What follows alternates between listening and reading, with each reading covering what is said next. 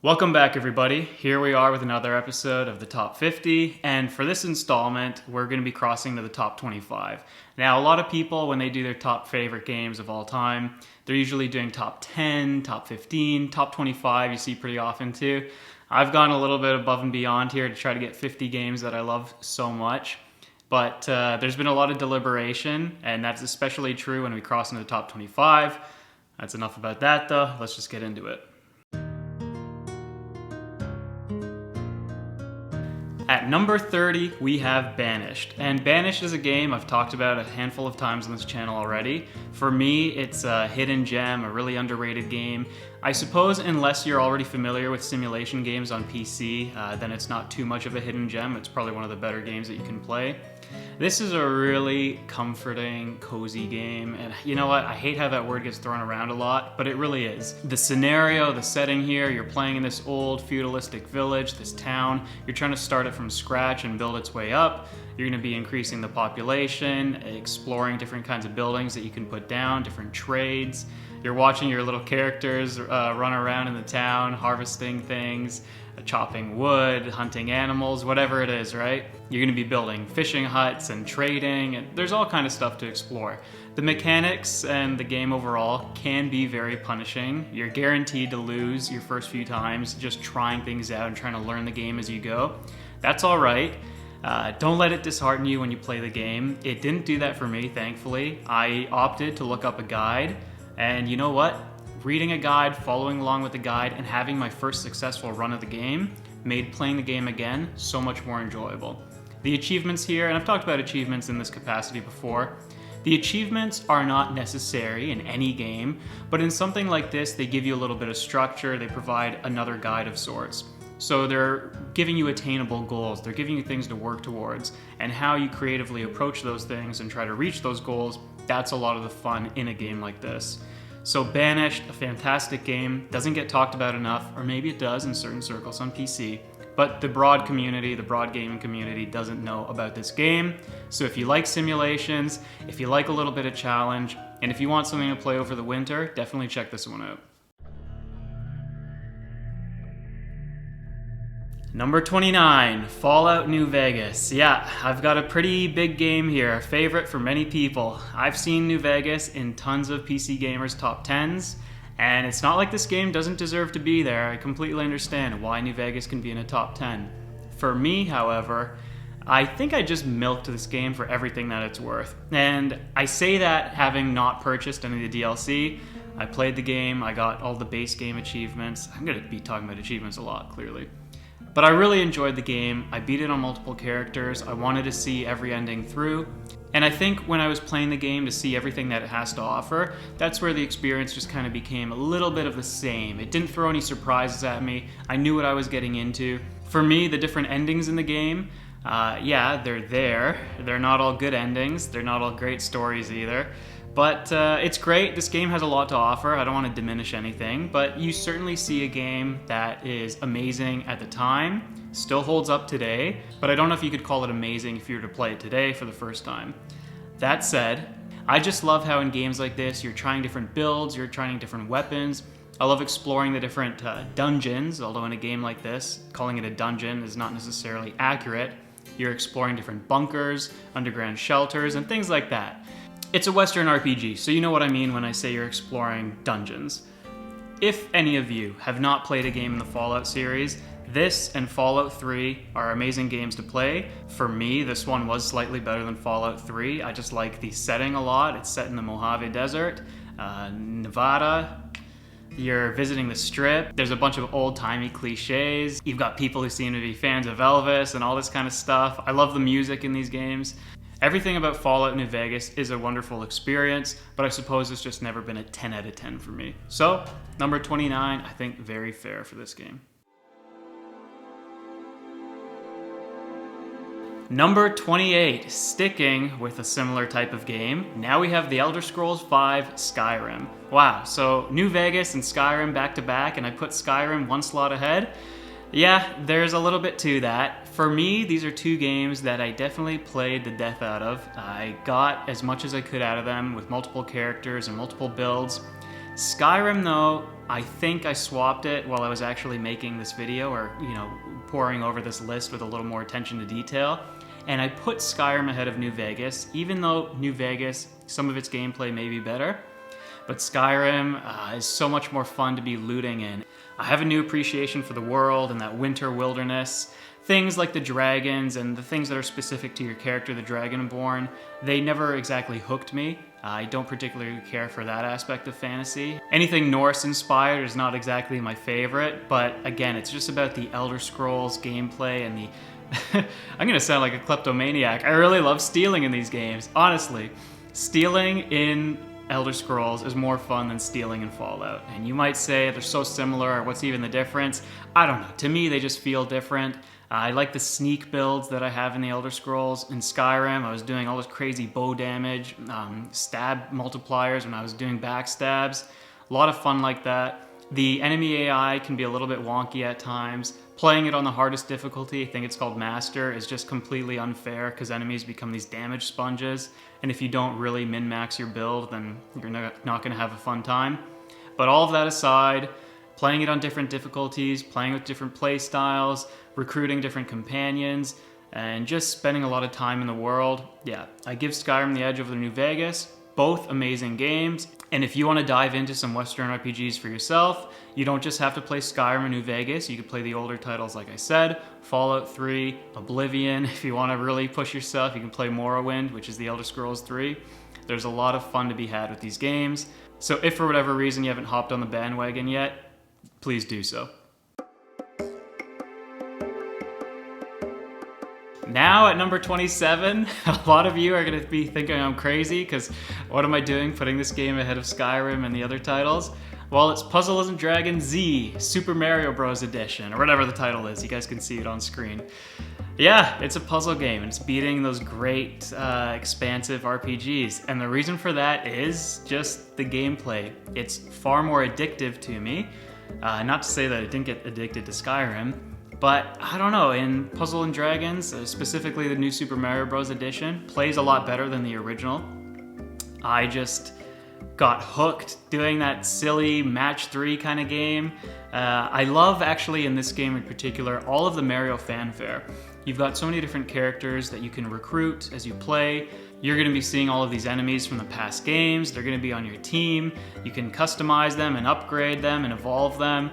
There's so many different RPG elements in this game. You're playing with stats and you're manipulating things like that. As you have your different puzzle turns, you can be acquiring points, let's say, skill points, and then your different characters in your party can unleash unique skills, and that can tilt a boss battle in your favor, or it can just make a really difficult board much easier to play. So there's a lot going on here for just a puzzle game. This is one of the most complex puzzle games. On the board, no, but all of the additions and all the things surrounding it, yes. First of all, it's presented as a Super Mario Bros. Game, so the overworld is what you're familiar with already. And when you go into the levels themselves, you have different forks in the road. There might be one where if you clear more red tiles, then you can progress through the red pipe. If you clear more blue tiles, then you can go through the blue pipe. And then those different paths have their own different environments. Maybe one takes you underground, one maybe takes you into the clouds. And if you guys have played Super Mario Bros. Games before, then you know in the clouds, you might have the Lakitu enemy, you might have a lot of coins there. It's just a game packed with so much good content. So if you like puzzle games, you're gonna love it. If you like puzzle games with RPG elements, you're gonna love it. And if you like puzzle games with Super Mario Bros. Flair, you're really gonna love this game. Number 26. All right, we're almost there. What game got left out of the top 25? This was tough for me. This was really tough. I actually pulled this game out of the 25 to make room for some others. Stardew Valley. I love Stardew Valley. I've sunk nearly 200 hours into the game, into just one profile, one file. I didn't play multiplayer. I didn't replay the game. I just kept on loading my file. It was probably a few years ago that I really sunk into this game, and I just couldn't believe how I would wake up, I'd get my tea or whatever it was, go to the computer, sit down, play some Stardew Valley, and hours flew by. And that happened for many, many days, many weeks in a row, but I loved it. I don't regret it at all. The game at first took a little while to grow on me, but the more I played it and the more I became familiar with how to do things, and not only just do things, but how to do them well, how to play optimally and efficiently, the game became a lot of fun. I'm one of those guys who likes to get whatever advantage he can, who likes to improve systems and make things more efficient, how to optimize different aspects of your gameplay. There's a lot of possibility for that in Stardew Valley, since there is a timer. You're playing against the time. When you wake up, the timer starts ticking, and once it becomes too late, you gotta go to bed. Anything you were working on that day just either gets halted or thrown away, so to speak, and you gotta start from scratch the next day. So how are you going to plan your day? How much time are you gonna spend farming? Are you gonna be trying to form your relationships and try to bolster those relationships? Maybe you wanna go to the mines and you wanna do a little adventuring, some combat there. And combat's not bad in this game, it's very simple, but the combat rewards make it a little more fun. I've talked about that before too, how depending on the rewards in combat, that can enhance otherwise average gameplay, and that seems to be the case here. Things like fishing are fine, little fishing mini games when you decide to fish. There's just so much going on, the different world and the changing of seasons and the events that the game throws at you, planned events, scripted events, a lot of fun. There's not too much in this game that I think is random or unscripted, but you can tell that everything implemented was carefully crafted, well thought out. Oh, and the music in this game is fantastic as well. There's one track in particular, maybe I'll use that as the background theme here. I love so many aspects about this game, but it's not necessarily a game I want to replay. It's very daunting because I know I would get sucked into it again, but my first playthrough, my first very long playthrough, was amazing. And so it sits at number 26.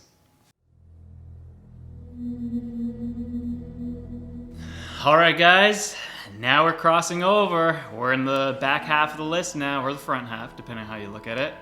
We're on game 25, Call of Duty 4 Modern Warfare. Yes, I do like my FPS. I've never been a Call of Duty fanboy, however. Call of Duty Modern Warfare was my first game in the series, and I actually have a fun story to tell about that one. So it's high school and Halo 3 is all the rage. My friends and I, we had a pretty big friend group when it came to LAN parties and stuff like that. Call of Duty 4 came out and I didn't know anything about it. I didn't know how big it would be, but I suppose the game was marketed fairly heavily. One of my friends got Modern Warfare and he loved it. He played it so much and he came to me before the Christmas break. He said, "Justin, you have to try this game. If you love Halo, you're gonna love this game. It's different, but the combat's fun and fast." Well, I actually can't remember anything that he said. But whatever. He pushed Modern Warfare onto me, and so I borrowed his copy. And for the Christmas break, for 2 weeks, I had Modern Warfare. And do you want to know how many hours I put into the game?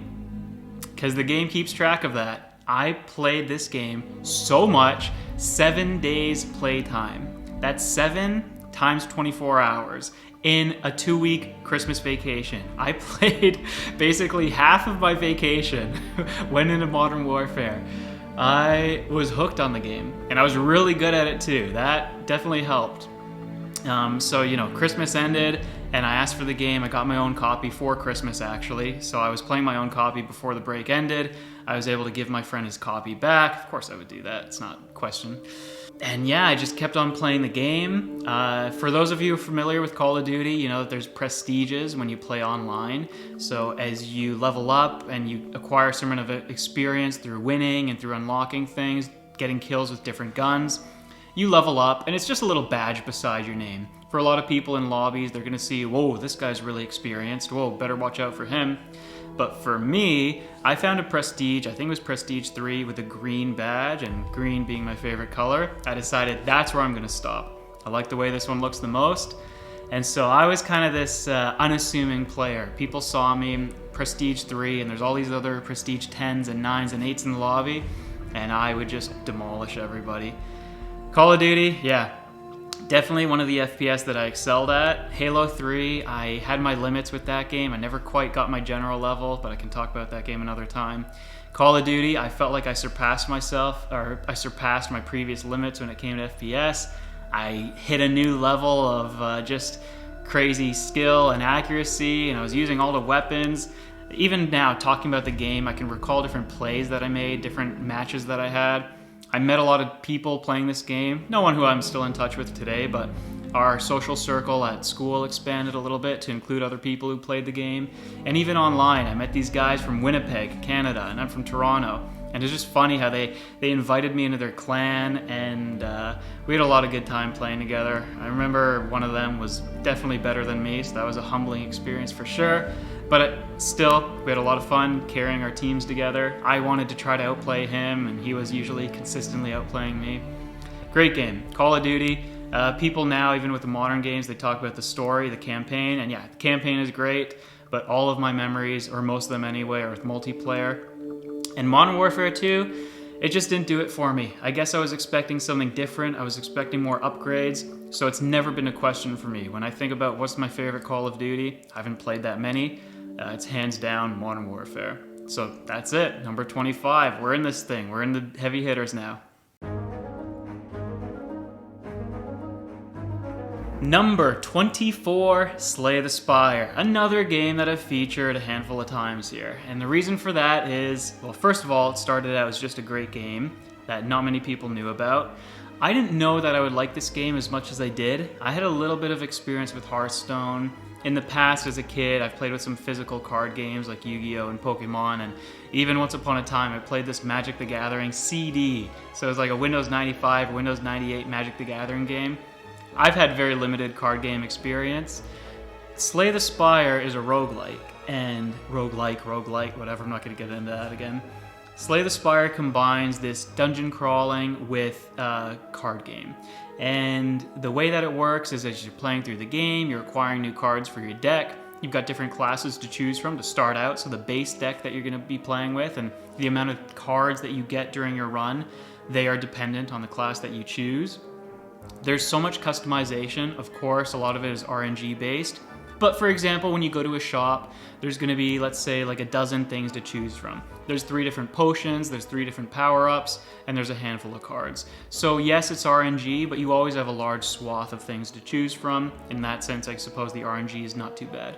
The gameplay and the combat itself is so addictive because of the types of cards in this game. Because there's the ability to become overpowered and to break the game, that's where so much of the fun comes from. I've talked about that before as well too, how I love getting overpowered, I love breaking games wide open, and I've done that with all the classes before, but especially with a couple of the classes. There's this one here who's this mechanical guy, and you enchant yourself and you enhance yourself with different elements. And as you play the game, it's all about chaining the elemental attacks together, having really long combos, and you're just dealing massive damage, or you're really buffing yourself up with a ton of armor. Other classes, one of them can be based around poison. See, that's a great thing about this game too, is just because you pick a certain class doesn't mean you're going to play it one way. Every class has at least 2 very powerful play styles. So the other one that I like has a poison build, and even then there's a couple different poison builds that you can do. If you want, you could do a dagger build and even maybe a couple different dagger builds with that class. So much experimentation, so much time that you can sink into this game, and it really provides a rich experience for you. It provides a lot of long sessions as well, so you can expect to be playing for 40 minutes, an hour and a half. Slay the Spire, if you want to watch some of my previous videos where I talk about it, go ahead. Underrated games, what makes a game good, or just take it from me right now. Slay the Spire is a game you gotta try. Game number 23. Time for people to accuse me of being too hung up on nostalgia. That's okay. This is Super Mario Bros. 3 for the NES. And you know what? You think this is bad at 23? It's not, by the way. I used to have this game in my top 10, and it still could be in my top 10. I've just played so many good games since this one came out that it would be a little unfair to put it in there. But the memories and the sentimental value this game has, that's how important it is to me to really rival games in my top 10. Super Mario Bros., for those of you who are familiar with the classics, I think you can all recognize that the third is the best in the original trilogy. The amount of power-ups that are in the game and how fun those power-ups are. The different secrets and the mechanics that are hidden in the levels. For example, being able to crouch down behind one of those white blocks and you fall into the background of the level, and then you can skip some enemy. You can go behind the normal ending of the level and you can unlock something secret there. That happens in so many different parts of the game where you're taking shortcuts in castles, You're getting items, they're the whistles, you can blow on them and you can skip to different worlds. If you want, you could play the game every single level and beat the game that way. If you want to skip some worlds, you could do that. You don't have to see everything. I think you can skip more than half the game if you have a couple of whistles. I don't think I have to convince anybody to play this game. Although, if for some reason you haven't played Super Mario Bros. 3 and you like platformers, you like things with some pace to them, it plays a little bit faster than some of the other older platformers, definitely check this one out. If you've played Super Mario World and for whatever reason you haven't gone back and played Super Mario Bros. 3, you owe it to yourself to play this game. There's some similar power-ups, the cape to the raccoon tail, although you're gonna say that the cape is so much better. And sure, maybe it is, but I like the simplicity of the raccoon tail better myself. There's classics like the Tanuki suit, there's really fun ones like the Frog suit, the Hammer Bros suit. Some of them are really rare, hard to come by. You might play the game several times over and never even have the opportunity to use them. But that's why you love replaying this game. That's why you love trying to beat levels in different ways. This is a game that when it came out, it did so many things right. Today, it's still really fun to pick up and play. You don't have to play it all in one session. Don't worry about that. There's some good challenge to it. There's a lot of ways to make the levels easier. For me, this is one of the first games that I remember playing. This is one of the first games that my whole family could gather around and watch somebody play. We could take turns passing the controller on. This is the game that would necessitate the NES being paused and left overnight so we could take a break and come back to in the morning. Just so many good memories when I think back to the early days of the 90s. That's when I was born. The game came out before me. And I'm playing this game 2 years old, 3 years old, 4 years old, even going back to play at 5, 6. As a kid, I kept on playing this game until the Nintendo 64 came out. And as an adult, I've gone back and I've dipped into it a few times too. Playing it for the video has been great. I probably played it again a couple years ago. I love it. Super Mario Bros. 3, all-time classic. In anyone's list, anyone who's played it, it should be one of the top 100 games of all time, certainly. And for me, it gets a very special place here at 23.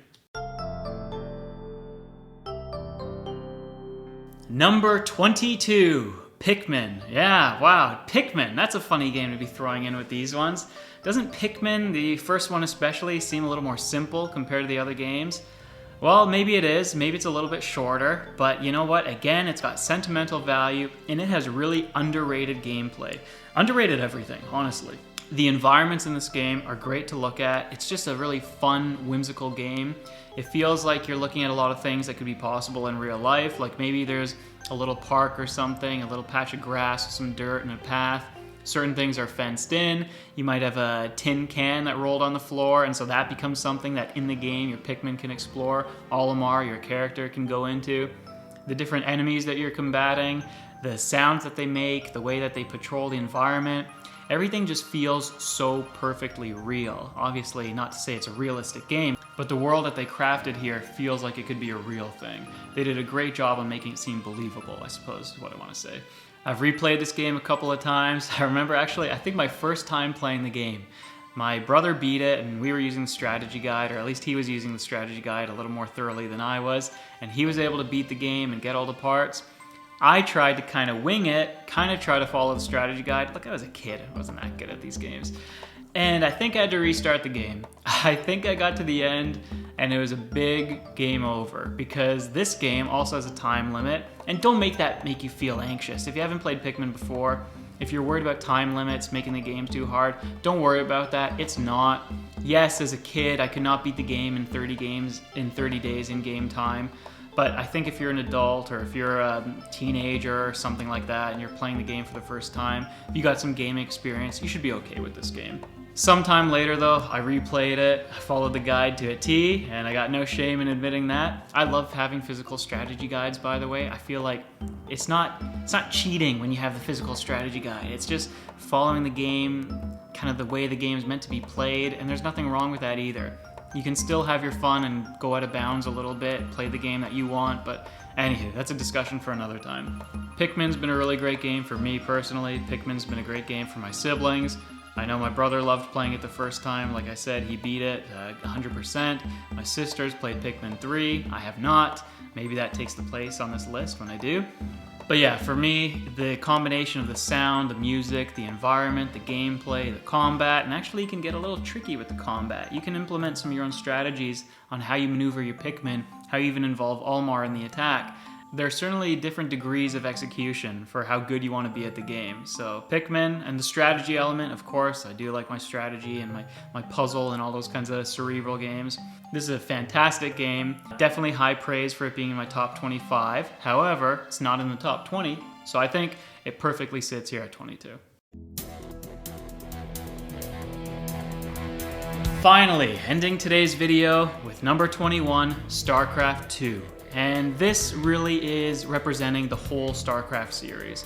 I grew up playing the first StarCraft, playing Brood War and loving Brood War, playing different custom games on Battle.net, trying to play some team games, trying to play one-on-one a few times and getting demolished, I'm sure, and so never touching one-on-one again. I had a little resurgence when I was in high school, actually, playing Brood War, and there was a guy in class when I think I was talking about Brood War with somebody else and he overheard it. He perked up and he really wanted to play with me, so we had some fun 2v2s and different team games online. I think when we did play one-on-one, he smashed me. So great times with Brood War. And when we went into StarCraft 2, I was already on board. I was looking forward to it. I wanted to play the new game, the new campaign, and I loved it as well. For me, StarCraft 2 did not disappoint. A lot of people, they didn't like some of the changes from Brood War. Some things were simplified. I was okay with that. Brood War did need an upgrade, and this one's a little more player-friendly. There's nothing wrong with that. There's a lot of quality of life enhancements, which are great. At the time that I included StarCraft 2 in my list, I had only played up to Heart of the Swarm. And even today, I've only played a couple missions in Legacy of the Void. I played the prologue. So all of my memories are really coming from Wings of Liberty and from Heart of the Swarm. And that is the first and the second part of the StarCraft 2 trilogy. Now StarCraft 2 is just known as StarCraft 2. But it does encompass a trilogy of games. Each of them features the different races, so Terran, the humans, Zerg, the alien life forms, and Protoss, also alien, but rather than being totally organic, totally biological, Protoss are this kind of robo-alien civilization. I've mained all three races before. In Wings of Liberty, I think I played a lot of Terran. I was probably best with Terran, but I had the most fun playing Zerg. In Brood War, Protoss was my favorite. Just didn't quite feel the same here in StarCraft 2, but now that I'm playing Legacy of the Void, who knows, Protoss might climb to my favorites again. There's just so many good things about StarCraft as a whole, and I remember if you go back to Brood War, the sound of the probe, meow. I mean, everyone, has their favorite sounds and their favorite voice lines from these types of games. Blizzard did a great job on Warcraft and StarCraft doing the voice lines and adding so many personal touches and so many details just to make the game feel richer and full of content. I think about all the different ways that you can play these games, the different strategies that you can implement. Do you want to be someone who focuses on gathering a lot of resources, and so you're expanding and having a lot of bases and a lot of people gathering the minerals and the gas and all that? Do you want to play the long game and build a big army and just try to steamroll your opponent with one big push? Or do you want to be a little crafty? Do you want to do some kind of a rush play? Do you want to get units that are a little harder to micromanage, a little harder to use, but if executed, can really wreak havoc on your opponent? I like all kinds of strategies. I've used everything from cloaked units to nukes to big carriers, which are these ships, and you amass them in a fleet and they become nigh unstoppable. I've gone for strategies where I just try to upgrade my units and make them as strong as I can. Maybe I want to make them really cost effective. I've done other strategies where I play Zerg and I just build a massive cheap units and I try to swarm my opponent, overwhelm them with sheer numbers. So yeah, StarCraft, a fantastic game. One of my entries into the world of esports, which I'm not going to focus too much on any video, I don't think, but definitely for different times in my life, I've been hooked on either watching or following or playing myself at a competitive level. And StarCraft is no exception to that. StarCraft is one of the driving forces in my competitive gaming, I suppose. But yeah, I think it's worth checking out if you guys just want to play a game that has a decent story. As you play the campaign, there's going to be different ways that you can customize your experience and unlock different upgrades. Again, RPG elements seem to be present in so many different games these days. And of course, if you're looking for a game that can maybe push your limits when it comes to real-time strategy, StarCraft is a rich game with a long history. There's been a lot of studying done in this game. There's a lot of ways that you can play the game, but don't be intimidated. If you're a new player, you can play versus AI, and there's always going to be people of a similar skill level in any game. I truly believe that. So yeah, StarCraft 2 closes out this video, number 21, and what awaits in the top 20 should be pretty exciting, guys. As always, thank you everybody for watching. I think Leo's out of frame right now. His head's probably cut off and you just see his legs. Been sleeping beside me here. I just want to do a little different presentation here, having the video like this and one take and the mic like this. The audio quality may not be as good as it was in the last video where I was set up closer to my microphone for some scenes, but this is definitely making it easier for me to edit. I'll try my best to have some consistency in the future. You guys have seen now for these 3 different parts of the top 50, everyone has had a different presentation. I just hope that regardless of the presentation, it's all been acceptable quality at least, and you've enjoyed hearing about the games. And for any of you, take the time to comment on what games are your favorites, which games in my list have you played so far. Always looking forward to discussion and hearing from everyone else. And that's it. Thank you everybody one more time for watching. We will see you in the next video.